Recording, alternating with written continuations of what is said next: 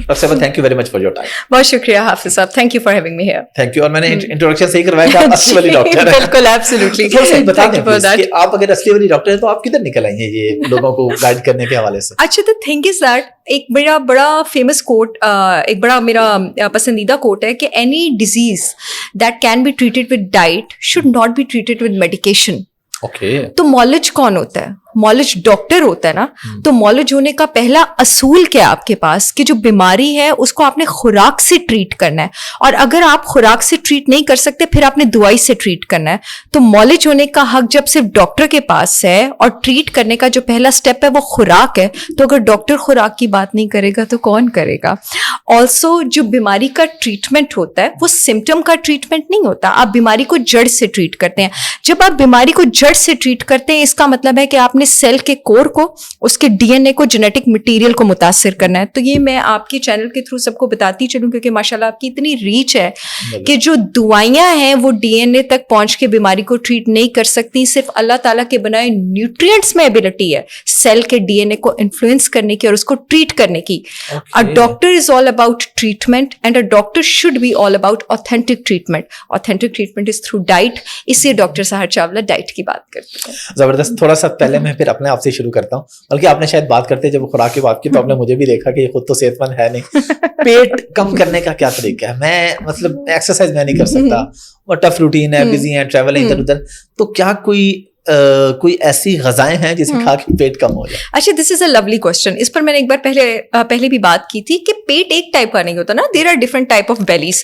पहले तो मैं आपको बता दूं कि ओबेसिटी दो टाइप की है, एक एप्पल शेप्ड, एक पियर शेप्ड। सेंट्रीपीटल ओबेसिटी खतरनाक वाला मोटापा, यानी वो वाला मोटापा जो दिल की बीमारी, डायबिटीज, कोलेस्ट्रॉल, ब्लड प्रेशर के साथ एसोसिएटेड है, इवन के in the longer run Alzheimer's और कैंसर के साथ भी एसोसिएटेड है, जिसमें आपके पास पेट मोटा हो जाता है, ठीक है, और टांगे और बाजू पेरिफेरीज पतली हैं। दूसरी पियर शेप्ड मोटापा जो ज्यादा खवातीन में देखा जाता है कि नीचे वाला हिस्सा आपका चौड़ा होता है, टांगे और थाइस बहुत मोटे होते हैं, ऊपर से आप कंपैरेटिवली पतले होते हैं। जो सेंटीपीटल ओबेसिटी उसमें भी दो टाइप्स हैं, उस पर अब मैं आने लगी हूं, यानी एप्पल शेप्ड सेब वाली शेप। जो पियर शेप नाशपाती वाली है वो भी दो टाइप्स हैं, उस पर भी मैं आने लगी हूं।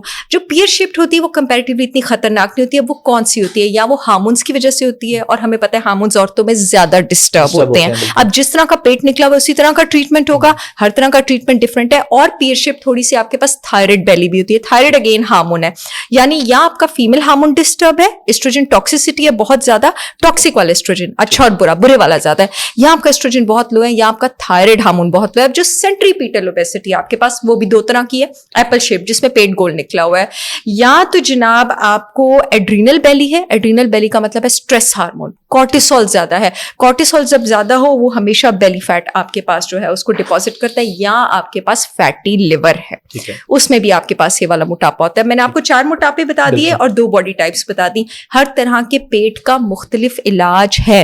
अब फॉर एग्जाम्पल फैटी लिवर से स्टार्ट कर लेते हैं। अगर आपका फैटी लिवर, आपको सेंट्रीपीटल ओबेसिटी है, एक काबिल डॉक्टर ने रूल आउट कर दिया कि भाई आपका ये वाला, आपका फैटी लिवर वाला मोटापा है। अब मेरे पास मैं वो खाने नहीं दूंगी इस पेशेंट को जिसको लिवर ज्यादा मेटाबलाइज करता है। क्यों? क्योंकि उसका लिवर पहले ही बीमार है, वो पहले ही फैटी है, उसके सेल पहले ही डैमेज है। अब लिवर पे प्रोटीन का लोड अगर आप अब ऐसे पेशेंट को मैं कीटो नहीं कराऊंगी, हालांकि बहुत सारी जगहों पे कीटो हेल्दी होती है, कीटो अच्छी होती है, मैं आपको बताऊंगी मैं कीटो किसको कराऊंगी। लेकिन किसी का फैटी लिवर है ना, मैं उसको कीटो नहीं कराऊंगी, मैं उसको कीटो ज्यादा नहीं कराऊंगी, क्योंकि प्रोटीन का लोड अगर ज्यादा जाएगा ना तो ऑलरेडी उसका लिवर ठीक फंक्शन नहीं कर रहा, उसको कंपैरेटिवली आप वेजिटेरियन प्लान पे डालेंगे। लेकिन इंटरमिटेंट फास्टिंग सबके लिए रास्ता है, वो सब ने करनी है कि कुछ घंटे दिन में मुंह बंद रखना। इंटरमिटेंट फास्टिंग का आसान मतलब है, और सिर्फ कुछ घंटे, वो उस पे भी मैं बात करती हूँ, हर एक पे डिटेल में हम इंशाल्लाह कर सकते हैं। और कुछ घंटे आपने खाना है। फॉर बिगिनर्स कोशिश करें कि कम से कम 16 घंटे दिन में कुछ ना खाएं, 8 घंटे की ईटिंग विंडो रखें, लेकिन उसमें 8 घंटे थ्रू आउट ना चढ़ते रहें, स्नैकिंग ना करें जो फैटी लिवर वाले लोग हैं, क्योंकि जितने भी फैटी लिवर वाले लोग होते हैं उनके इंसुलिन लेवल्स हाई होते हैं, और हमने इंसुलिन को पालतू बनाना होता है, इंसुलिन को टेम करना होता है, तो उसको पट्टा डालने के लिए बहुत जरूरी है कि आप स्नैकिंग ना करें, आप दिन में 2 से 3 मील्स लें। अब जो दूसरी वाली बेली है, स्ट्रेस हार्मोन वाली बेली है, कॉर्टिसोल वाली। कॉर्टिसोल वाला जो मोटा पेट होता है, ऐसे पेशेंट को हमेशा प्रोटीन ज्यादा दिया जाता है। उसकी रीजन मैं आपको बताती हूँ।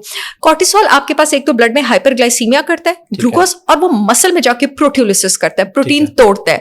इस केस को आप इन एक्सट्रीम केसेस में कुशिंग सिंड्रोम भी कह सकते हैं। कुशिंग सिंड्रोम में भी आपके पास कॉर्टिसोल हाई होता है। अब क्योंकि इस पेशेंट में प्रोटीन टूटेगा तो मैं क्या करूंगी? मैं इसको एनिमल प्रोटीन दूंगी, मैं इसको कीटो की तरफ लेके आऊंगी, as compared to vegetarian with intermittent fasting. मैं आपको एक बड़ी जनरलाइज सी डिस्क्रिप्शन दे रही हूँ, अदरवाइज हर पेशेंट का डाइट प्लान एक अलग चीज होती है। बिल्कुल। अब जी हम आ गए हार्मोनल बैली की तरफ। अब अगर किसी में टॉक्सिक एस्ट्रोजन आता है तो टॉक्सिक एस्ट्रोजन को निकालने के लिए, यानी जो नीचे वाला पेट है, हमेशा वेजिटेरियन डाइट होती है, ऑलवेज वेजिटेरियन डाइट। और जो दूसरी आपके पास थायराइड वाली बैली है, थायराइड की पूरी ग्रुप एक्सक्लूजन होती है, उनकी कीटो और मेडिटेरेनियन मिक्स होती है, उनमें आप सर्टेन सब्जियां भी नहीं ले सकते हैं, जैसे आपके पास कॉलीफ्लावर होती हैं, कुछ ग्रीन वेजिटेबल्स होते हैं, उनकी भी स्लाइटली कीटो की तरफ रुझान होता है। सो जिस तरह का पेट वैसा इलाज। अब आपके पास जो हार्मोनल बैली होती है ना हाफिज साहब, उसका एक्सरसाइज से कभी भी ट्रीटमेंट नहीं होता। आप एक्सरसाइज करते रहें और आप अपनी डाइट कंट्रोल नहीं करेंगे, आप टॉक्सिक एस्ट्रोजन को फ्लश आउट नहीं करेंगे, हार्मोनल बैली के लिए आपको कुछ सप्लीमेंट्स भी लेने पड़ते हैं जहरीले एस्ट्रोजन को निकालने और गुड एस्ट्रोजन को बूस्ट करने के लिए, तो वो कभी भी ठीक नहीं होगी। जो आपके पास फैटी लिवर होता है उस पर एक्सरसाइज से थोड़ा बहुत फर्क पड़ता है। अगेन जो स्ट्रेस वाली बैली है वो स्ट्रेस वाली बैली है, उस पर एक्सरसाइज से फर्क नहीं पड़ेगा। वो कॉर्टिसोल हार्मोन जब तक ठीक नहीं होगा फर्क नहीं पड़ेगा। थायराइड बैली पर उससे फर्क नहीं पड़ेगा। So this is very technical, इसलिए साइयों की तरह टीवी के सामने बैठ के बगैर सोचे समझे लोगों को ना कहना शुरू कर दिया करें इतनी मिर्ची खा लो, ये वाली ड्रिंक ले लो तो 4 दिन में पतले हो जाओगे। This is wrong.